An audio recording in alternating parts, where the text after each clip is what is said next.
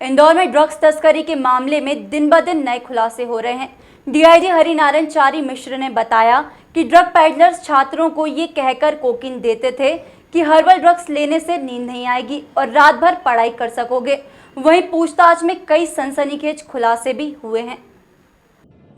युवाओं की रंगों में कोकीन और एमडीएमए ड्रग्स का जहर घोलने वाले पैडलर्स की रविवार को डीआईजी ने 3 घंटे पूछताछ की।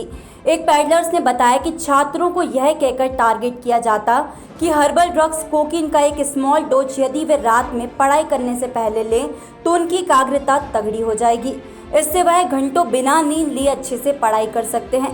साथ ही ऐसे लोगों को टारगेट किया जाता था जो महंगी बाइक और कार से घूमते थे या पब कल्चर के शौकीन थे। इसमें 2-3 चीज़ों का पूछताछ में जो बातें सामने आई हैं उनका उल्लेख करना आवश्यक है। मुख्य तौर पर उन लड़कों को एक गिरोह केंद्रित करके टारगेट करता था, अपने ट्रैप में फंसाता था, जिनको लगता था कि वो शायद वो पढ़ने के लिए दूर से आए हैं और संभवतः उनके पास वो आर्थिक रूप से समृद्ध हैं और इस बात का पता वो उनके वाहनों को देखकर करते थे, जो उनके पास जो बच्चों के पास जो अगर महंगी कारें हैं, बड़ी गाड़ियां हैं या फिर पब या बार में जो लड़के जाते थे और जो पैसा ज़्यादा खर्च कर देते थे, ऐसे लड़कों को टारगेट करके ये गिरोह काम करता था। कुछ ऐसे लड़के जो पढ़ने वाले थे उनको इस बात का भ्रम दिलाने की कोशिश की जाती थी कि शायद इसको खाने से वो ज़्यादा अच्छा पढ़ पाएंगे और ये हर्बल चीज़ें हैं, इनको खाई जा सकती हैं। इस तरह का एक आभासी भ्रम दिला करके उनको ट्रैप में लेते थे और उसके बाद वो व्यक्ति खुद इस मकर जाल में फंस जाता था। इसमें अभी हम जानते हैं कि 15 लोगों की गिरफ्तारी हो चुकी है, लेकिन आने वाले 1-2 दिनों में इसमें और काफ़ी लोगों की गिरफ्तारी होगी। इसमें वैसे लोगों को चिन्हित किया जा रहा है जो इस पूरे इसके व्यापार से, परिवहन से पूरी तरह से जुड़े हुए हैं। न सिर्फ शहर के लोगों को बल्कि कुछ ऐसे लोगों को जो दूसरे शहर में हैं और इस पूरे दुष्चक्र का हिस्सा हैं, उन पर भी पुलिस कार्रवाई करेगी। साथ ही साथ इनके जो अतिक्रमण हैं, जो इससे मुख्य आरोपी हैं, उनके जो अतिक्रमण को भी चिन्हित किया गया है और उन अतिक्रमणों पर भी जो संयुक्त कार्रवाई नगर निगम के साथ, प्रशासन के साथ पुलिस की जो एक संयुक्त कार्रवाई होगी उसमें की जाएगी और उनको भी पुलिस चिन्हित कर रही है। सर, गोवा से भी कुछ कनेक्शन मिले?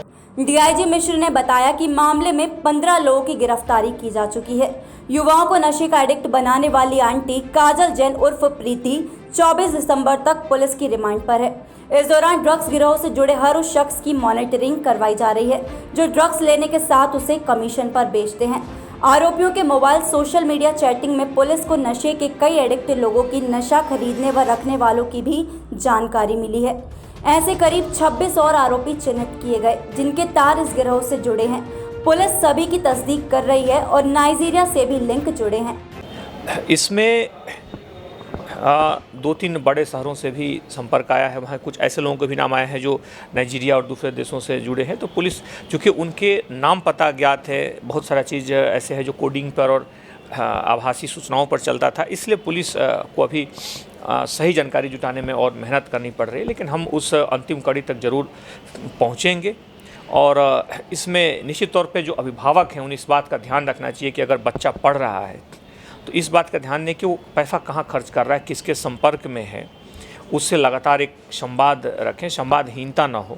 कई बार बच्चे एक प्रदर्शन में फंस करके सिर्फ उन चीज़ों का जिनका कोई अस्थायी महत्व नहीं होता, लेकिन उस उम्र के मोड़ पर शायद वो उसके आकर्षण में फंस जाते हैं और माता पिता को मालूम नहीं रहता है। तो हमें ज़रूर उस पर नज़र रखनी चाहिए, क्योंकि जितने भी केसेज इसमें आए हैं वो उन बच्चों के हैं जो आर्थिक रूप से समृद्ध हैं, लेकिन शायद माँ बाप का ध्यान उन बच्चों पर नहीं है। माँ बाप शायद उनसे ज़्यादा नियमित संपर्क में नहीं है। इसलिए जो बच्चे अलर्ट हैं, जिनके अभिभावक अलर्ट हैं, उसमें एक भी ऐसा मामला नहीं आया जिसमें इस तरह की घटना हुई हो। इसलिए आवश्यक है कि हम बच्चों को पढ़ने की सारी सुविधाएं मुहैया कराएं, संसाधन पर्याप्त उपलब्ध कराएं, लेकिन उन संसाधनों का बच्चा एक संयत तरीके से, एक तर्कसंगत तरीके से खर्च करे, उनका सही तरीके से नियोजन करे, इस बात का भी हम ध्यान रखें। पकड़े गए आरोपियों के साथ मुख्य सरगना प्रीति को पुलिस दिल्ली लेकर गई थी, जहां उत्तम नगर, द्वारिका, जनकपुरी और करोल बाग में इन्हें लेकर पुलिस घूमी। एयरपोर्ट क्षेत्र के आसपास के इलाकों में भी पुलिस ने सर्चिंग की है। यहां पर प्रीति किसी नाइजीरियन सप्लायर से कोकीन और एमडी ड्रग्स लिया करती थी। Bureau report, Vande Bharat news.